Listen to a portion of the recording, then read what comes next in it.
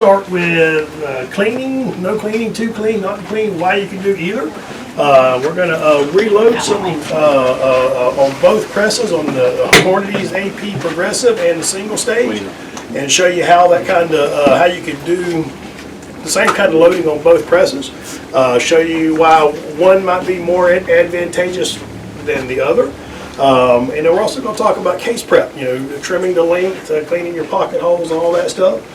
But we're not going to do this in like 1-2 hour long thing. We're going to have a good time. We'll take a few minutes to let you guys play with what you're looking at, and then ask questions and hands-on, and kind of get kind of familiar with what it is, and then we'll kind of move on to the next one. But now we do have pizza out there. There's drinks in the cooler up by the tires. We have a lot of tires too. It's like the everything for man store here. Register for door prizes because we got some real nice ones to give away. So and then we got a lot of sales. Everything's on sale, and we got everything's for sale. A lot of stuff's on sale. So, but we're going to start over here. So earlier today, I tumbled 100 rounds of brass. So I've got something that we can compare what tumbled brass looks like compared to just regular range brass. So you can load range brass untumbled, you can clean your brass. The reason you would do one or the other really just depends on where you're at as a reloader. What you'll find is reloading is a progression. Once you get item A, you need item B. Whether you really need item B or not, you're going to get item B, and that happens. And so you'll eventually end up going up the alphabet. Yep, you go all the way up, but you'll end up with some sort of a tumbler, and you've got a rotary style like this, which I like because it gives you a little more option. But you also have the vibratory, like the case tumbler. Now that's one of the door prizes, so one of you guys is going to win that tonight. But the advantages of that is it's less money. You can get into that a little bit cheaper. Still cleans them great. It's a little bit more noisy, but you can't do anything wet. With the rotary tumblers, you can do wet or dry. I like to use mine dry. I don't really, at home I've got the Hornady Sonic Cleaner. That was like part W, I had to get that because I was at W and I needed to fill that spot. So I've got the big Hornady Sonic Cleaner. I wash mine in that, and so I dry tumble all in mine. And this is mine I brought from the house, that way we didn't have to break out of the box. But so I clean these brass here. And as you can see, this is the same exact brass, tumbled and untumbled. And it just puts a nice luster on it, nice sheen. Makes for a prettier product when it's all said and done. Now the thing is though, this brass will still shoot almost as good as this brass. And when I say almost as good, you're reloading, there's some pride in it. You've mastered your gun, now you're mastering your ammunition. And you don't need anything but the components, and you can make the whole thing work. But the question is, will this shoot as well as this? It depends on how you're shooting. If you're long range tactical, you're going to clean them perfectly. If you're shooting for 200, 300, 400 yards and you're shooting nice groups, you want them clean. If you're a hunter and a 4-inch group is fine at 100 yards, you may not want to wash them. But I tumble them. So we're going to go through that step.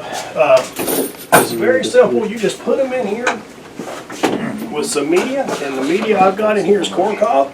And always add a little bit of cleaning additive to it. If you're using wet, you can add a little bit of Dawn, some lemon shine or something like that, and that just puts a little bit of a luster on it. So I just dump them in here with the media, and then I turn it on and let it run. Now one thing I like about this big Frankfurt Arsenal is it's got a timer on it, because I'm a multitasker, so I'll set this thing on, I'll turn it on, and that's as loud as it is, and 3 hours later or 2 hours later or whatever, when it's done, I'm done. And I may be in the house and totally forgot about it, because I have left my rotary tumbler on overnight. Dadgummit, I forgot to turn that thing off.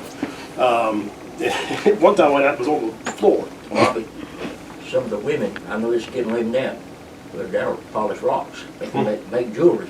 Yeah, you can clean anything, yeah. Well, that sonic cleaner will clean jewelry, whatever cleaning fluid you put in there, stainless steel, whatever, it'll clean. Oh yeah, well your sonic cleaner is also, they advertise it as a gun cleaner. You just buy a different solution. You know, Yep, you buy the for brass whatever you solution clean, or you buy a yeah. cleaning solution. You can drop it, and it's big enough you can take an AR 16-inch upper broke down and put the pieces in there. Clean the whole thing is simple. But we got the big one. This one will tumble up to 1,000 pieces of 223 brass. We've got the light over here, which is the same thing. The only difference is the light doesn't have a timer. It's just got an on and off. Does the same thing. It rolls and tumbles. You can still do wet with this also. Difference in price. We've got that one will sell at $189. This one will sell at $125. So there's a little difference in price. Now a normal a case tumbler like that is like 80, 90 bucks. $89.99. Yeah, so 90 bucks on that. So, you know, you can step up to here. This will do the exact same job this one will do, with the exception of the timer, but as far as finished product, it will do the same thing. The difference is you save a little bit of money. Then you can always, in whatever letter you're at, you can always add a second one and have two sizes, so that way you might do your 9 mil here and your 223. Some tips on tumbling though, don't tumble different calibers. Because what's going to happen is your 9 mils are going to get shoved down in your 45s, and they're going to get cemented together with that media in there. They're going to cap over the end of your 223. So go ahead and sort your calibers and tumble all the same calibers at the time. You got to sort them sooner or later, so it's better off to sort them before you get started than after, so that way you got a cleaner product when it's done. Now when this thing tumbles, it rolls in there and they just roll around, but it cleans the inside of the brass too. So any debris you got in there, any burnt powder, that all helps get cleaned out at that same time. So that's one advantage of why you would clean brass over shooting just regular range brass. So any questions on that process so far? I watched a YouTube clip on this, and they had pins in it. Well, this comes with the steel pins. Oh, it does? Yeah, the big one does. It comes with a little pack that actually has a like a little gel, not like a little soap pack, and the little bag of steel pins. Yeah, and that just helps clean it that much better. The media I've got in here, my corn cob, it's really designed to polish. So you can see how well it polishes it. Well, if it's polishing it, it's cleaning it too. But if you got something really dirty, like you've seen, you found some brass out in the woods and it's almost black, those pins will bring them back to looking like this. I mean, they do a really good job. If you got dirty brass, it'll make them look nice. If you use your sonic cleaner, you don't have to tumble them as long. Right. You can save on media by not having to tumble as long using the sonic. Yeah, and the one thing about that sonic cleaner too is, after I get all my stuff out, I'll let everything settle, and then I'll drain it into buckets, because you got a tube on the side. You can just drain all your whatever your fluid is, yeah, your solution, and let it. It'll sit. All your dirt will go to the bottom, and you'll have a nice thick ring after about 2 or 3 washes at the bottom, and that all came out of your brass or your rifle or whatever. So you can tell it does a good job. But I always let mine dry real good. Some guys I know will take it and throw it right straight in with the media. I found that it kind of clumps inside, and you got to kind of fight to get it out. So I always let mine dry for 2 or 3 days. I got a little fan I just keep on it, and it just moves air over it, and it dries in a couple days, and then I go to tumble it. Take your wife's old hair dryer she doesn't use anymore, put it in a little container, put a towel in there, dump that brass in there, hit it with that hair dryer for about 45 seconds, moving your hand around in there. It's dry. But then I had to buy her a new hair dryer. No, she got a new one. I get old. See? Yeah. Wait till she gets a new one. That way you can inherit. All right. Okay. Any other questions? Any comments on this?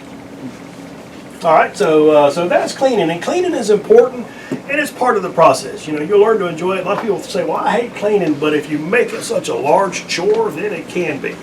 But you know, we clean 150 rounds here pretty easily a day. So we're going to now. Me and Avery are going to actually resize.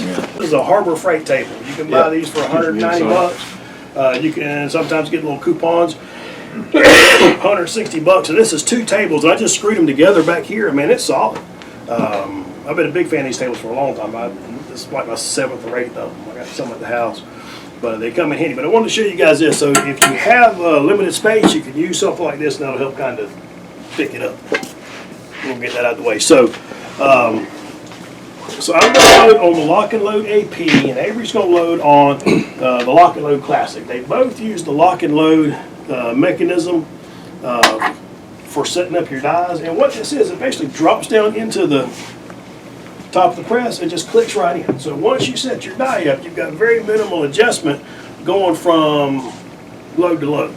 Like if once you set your decap, you really don't have to change it. It's good because most of pretty much all your rounds, like in your 308, which is what we're dealing with, you're going to be resizing them and decapping them the same way. Your adjustments would be on your powder measure, like if you're changing loads, changing powder, or whatever, you would adjust here. And then also in your bullet seating depth, depending on if you're going to a different bullet. You know, going from 168 grain to 155 grain, you might have to change your seating depth because of the shape of the bullet might be slightly different. You're going for a certain overall length. What I'm going to do is I'm going to break this down. We'll take out my powder, put it over here. I'm going to take out my powder cop, and I'm going to take out my seating die. Now, I'm using the Hornady, the match grade dies on this one because I brought these from the house. And before I forget, Hornady just put on sale, they've got a free bullet offer on several things. Like if you buy a new press, a press kit, bullet feeders, even the match grade dies, they'll send you free bullets. It's a consumer offer, so you know, you'd go online, you just fill out, send your receipt in from us. It's not just from us, it's from any retailer, but it's for you guys. So if you buy a new press, Hornady's going to send you 500 bullets, which is a pretty good deal considering bullets can range from $30 up on 100. So we got some flyers around. But so I'm gonna set this one up, and I'm gonna do nothing but resizing because I'm gonna work a 5-station like a single stage. Avery's gonna do the same thing over here. His powder, we kind of bolted this to the table so he can't move it. But I've got 10 rounds. A question for you: how many of you guys lubricate the expanding portion of your dies? You lubricate them? What do? Do you just spray it with a case lube, or do you use? Dry size? Oh yeah, okay. Dry size. Yeah, I got yeah. some dry size. See, I like to use the RCB as the case slick, just because it's always worked well for me. So I always just squirt a little bit in here, and Avery's going to do the same thing on his.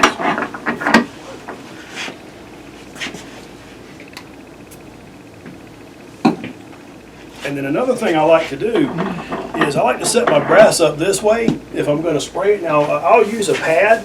You guys know what the pads are, and you can use the different kind of lube.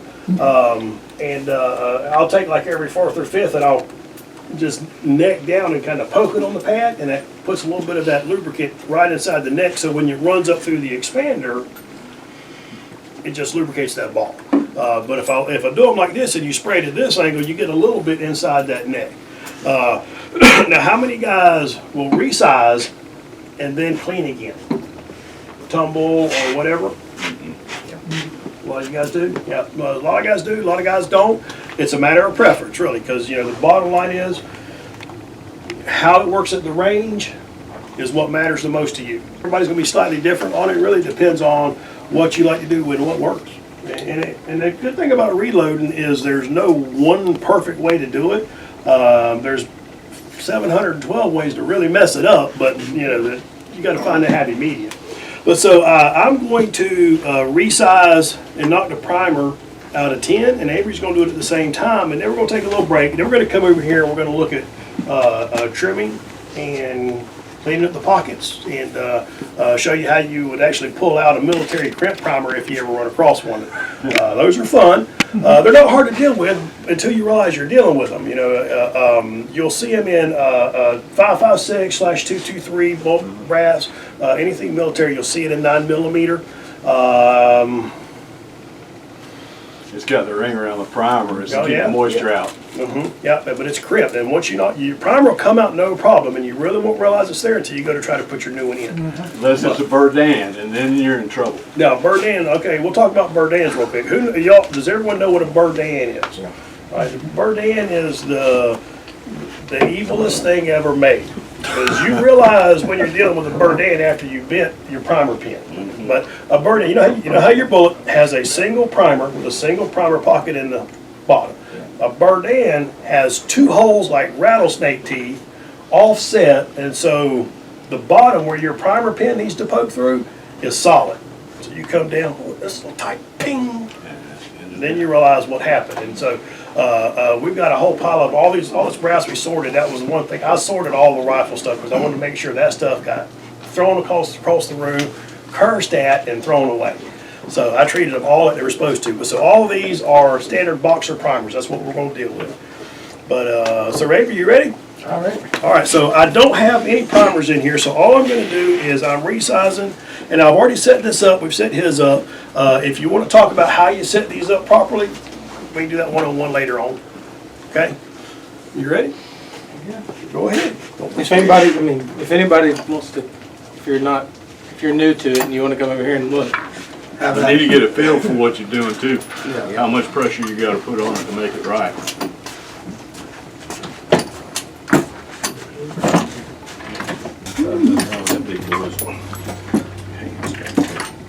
I had a 300 mag, but it took so much power to put the bullets up on it, and I gave it up, and then only that, it was taking them loud.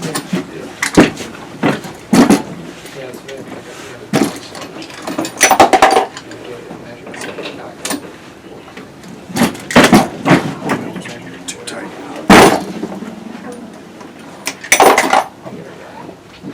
I need to get out and lose it. You got a shell checker over here, brother? Yeah, I got one. Right. Might wanna show them how to use that before you get too far in there. Yeah.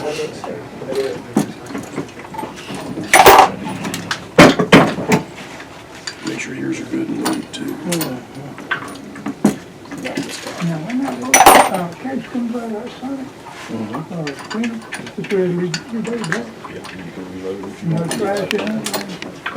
This valve there, if you leave it long enough, it gets hot enough, it takes the carbon, that sonic turbo sonic cleaner, it takes the carbon out of the neck. If you like, you load like yours, you start with like carbon build up right in the neck, right where the neck and the shoulders are. And then when you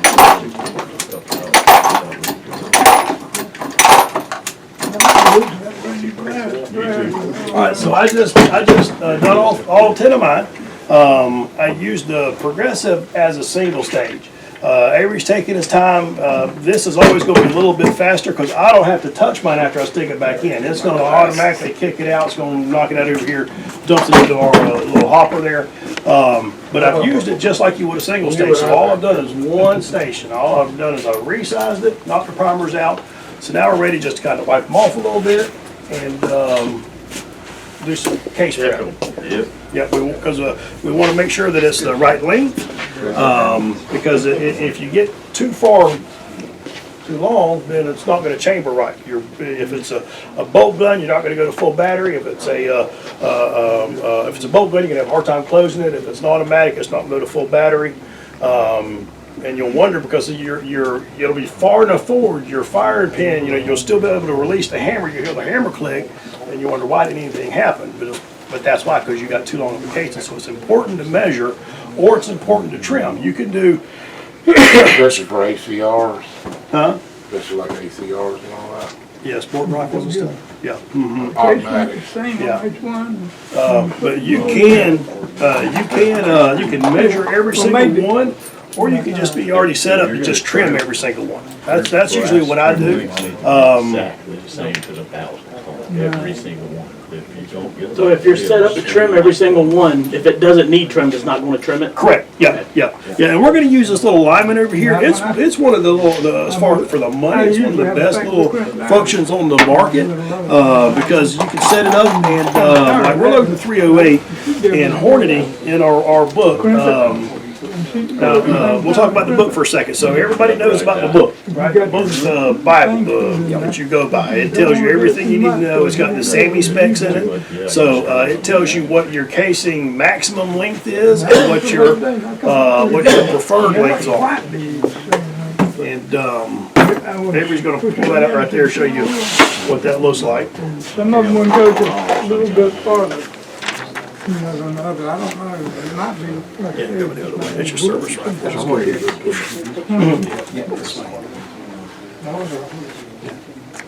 Okay, I got one. Look, if you look in the Hornady books, the Hornady's gonna tell us that our max case length is 2.015. So they're saying 2.016, that's too long, don't shoot it. Trim length is 2.005. Now, what happens if you trim it accidentally to 2.003 and it's slightly shorter? Nothing unless you're crimping it. Yeah, unless you're crimping it, that's right. We'll talk about crimping in a second, but right now, we're not doing any crimping. We're loading non-crimp, which is called a cantilure, bullet with a little ring around it. There's no cantilure in this. So we're gonna kind of avoid that now. We'll talk about it because there are a few extra precise steps if you're gonna crimp. Crimp comes in important depending on what kind of bullet you're shooting. Some bullets are made with a cantilure because they're made to crimp down to hold a little bit more pressure. And they're also designed for, like, if you're using magazine tube feds. You know, think about a 30-30 rifle where you got 6 rounds that's stacked up butt to butt in a tube. Well, that very first round got a lot of pressure on it, you know, because they're all pushing against each other, and every time you shoot it, boom, there's a lot of jar. So if you don't have it crimped, it could walk back in and kind of compact itself into the casing, so your overall length gets long. So in our 308, our case trim length is 2.005. Now that's my target. Here's one thing I can advise you on. Don't get so caught up in being so perfect you can't ever load. 2.005 is a very precise measurement. 2.003 is pretty dang close. 2.007 is going to shoot all day long. So, yeah, so shoot for a target of 2.005, but don't kill yourself trying to get there every single time. We'll talk about the same principle once we actually get to the loading part of it. But so 2.005, that's our target. Any questions on how we use these two presses on this stage? Nope. Yeah, so right now we've just resized it. And now I do love case gauges, love them a lot. Because what you can do is you can take your round and you can drop it in here, and it's going to tell you how this thing is fitting. And if it fits, this is designed to mimic your chamber in your rifle. And so don't be afraid to use these because they do come in handy. See, here's a couple that we loaded earlier, and you can see how it just sits right in there, just like the chamber inside your gun. That lets you know you're on you're on to something. If it won't fit in there, it will not fit in your gun. That's right. That's right.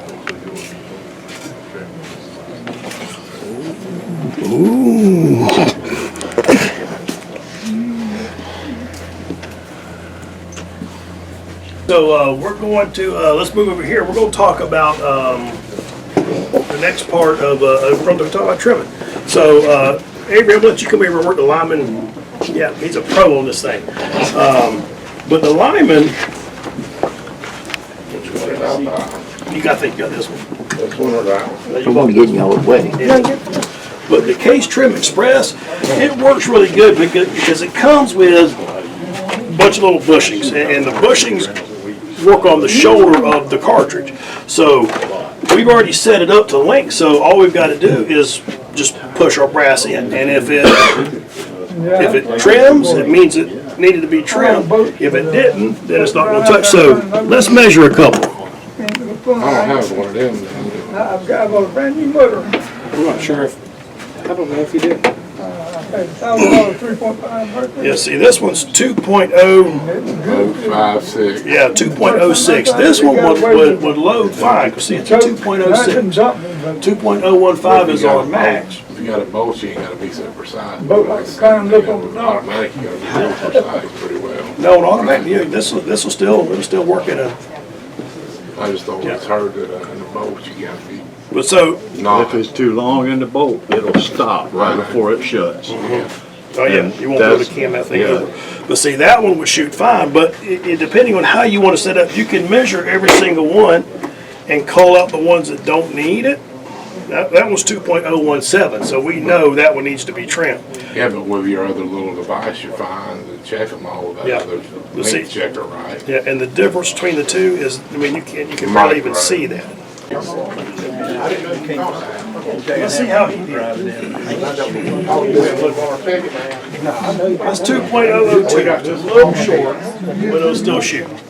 So that's what we're definitely not overlaying. So now what we're gonna do is we wanna clean this pocket. But we do need some more. Front in there, we're gonna get that out. We also, we're gonna check to make sure it doesn't have a military crimp, and if it does, we're gonna get that out. We're gonna clean this neck, and we're gonna chamfer both sides of this neck where the bullet sets in on the inside and the bullet where it's not a sharp edge on the outside. So I've got a couple tools set up for that. Lyman makes one I really like because it's a 5-station, so you can do, you know, your pocket with one station, your military crimp with the second. You got a brush that you can clean the neck and the inside of the casing with the third, and then the inside and the outside chamfer with your fourth and your fifth. That's the Lyman one. Now I've got a Frankfurt Arsenal that's a 4-station that you have to pick and choose one or the other. You know, so you definitely want to do your inside and outside and your pocket. And you may or may want to your military crimp cutter. You may pull out and put a brush depending on what you're loading. So we're going to do that real quick. It's very simple. And I'm also going to show you the old school hand tool. That's the best upseller I can show you because you'll decide to spend more money and buy one that's electric. Yeah, but everybody needs to learn how to do it the hand way. Oh, appreciate it.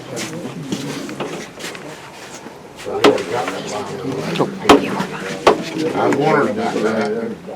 I did that thing and it's easy. Push it down a little bit hard with your thumb and you spin it 180. Push it down again and it's done.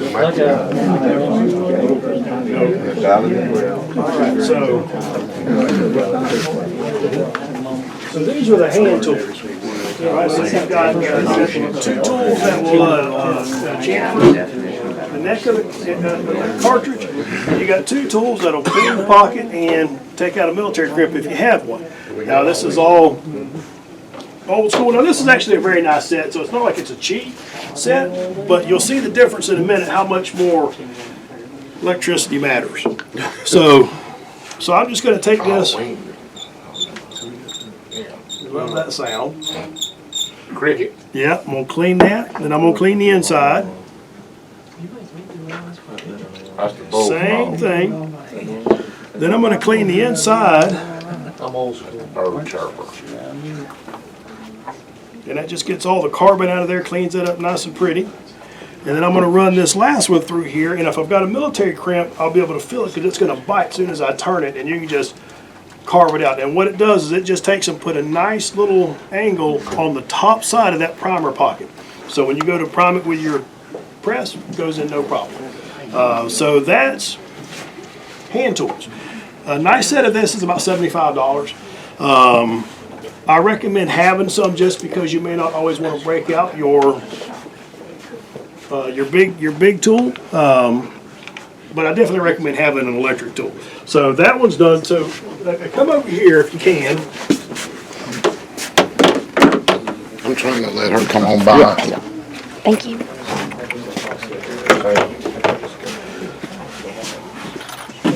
All right, so this is our Lyman. It's 5-station. We've already got it set up. This one is done. I'm going to stand it up. And then this is our Frankfurt Arsenal. We've got it set up. Now, this one does not come with the military crimp cutter. But most of these are universal, so you can buy them. They're not that expensive. You can buy whatever tools you need. So you can buy the little brush. You can buy the military crimp cutter. The Lyman, however, comes with it. And one thing I like about the Lyman, it's got 5 stations. It also has a couple of spots here, 3 on each side, where you can put your extra tools. Because, you know, right now this is set up for a large primer pocket. Got the same thing over here for a small primer. I've got the large primer military crimp cutter. Got the same thing over here for a small primer size military crimp. So easy to store. But what I like about it, it's got a nice flat surface and all my debris ends up on top. And you can take this little brush it comes with. It's a great makeup applicator, or so it looks. I mean, I wouldn't know, but you can brush it all into this little cup and then take this cup out and dump your trash. This one, you got to get a vacuum cleaner out on. The difference in money, this one's $130, you know, compared to a $75 set of hand tools, compared to this one being $190. So, you know, we're talking $75, $130, $190. This one we probably should put on sale today, so we'll make this one like $180 today if you guys want one. But this is my favorite just because it's got a lot more functionality. So I'm going to clean the same thing I just done there with this. So we're going to turn it on. It runs nice and quiet. I'm going to start here.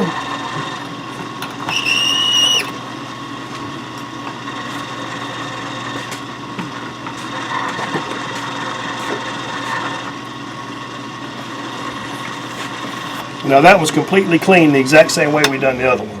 Pocket is nice and clean. There's no carbon buildup in there from that last primer. If I had a military crimp, it is now gone. I've got a nice little edge, not sharp on my on the neck of the casing, and this brush will clean up the inside. It'll take any debris that you got from when you trimmed it. And you can see when you get over here, there's quite a bit of brass on the table by the trimmer, but that's how that does. See, it's nice and clean. Y'all can pass that around. Pass it on behind you. But that works a lot quicker. Now, we can do the exact same thing over here. Oh, it's a little louder, see?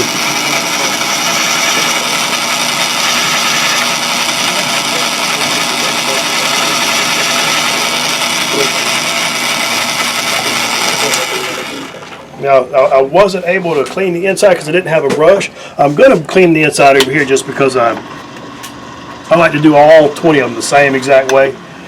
But so you can see it still cleans that up nice and clean. Now we're going to actually knock some primers in. We're going to put powder in. We're going to put bullets in. And How many primers you got for sale on large rifle? I got 5,000 large rifle be here tomorrow.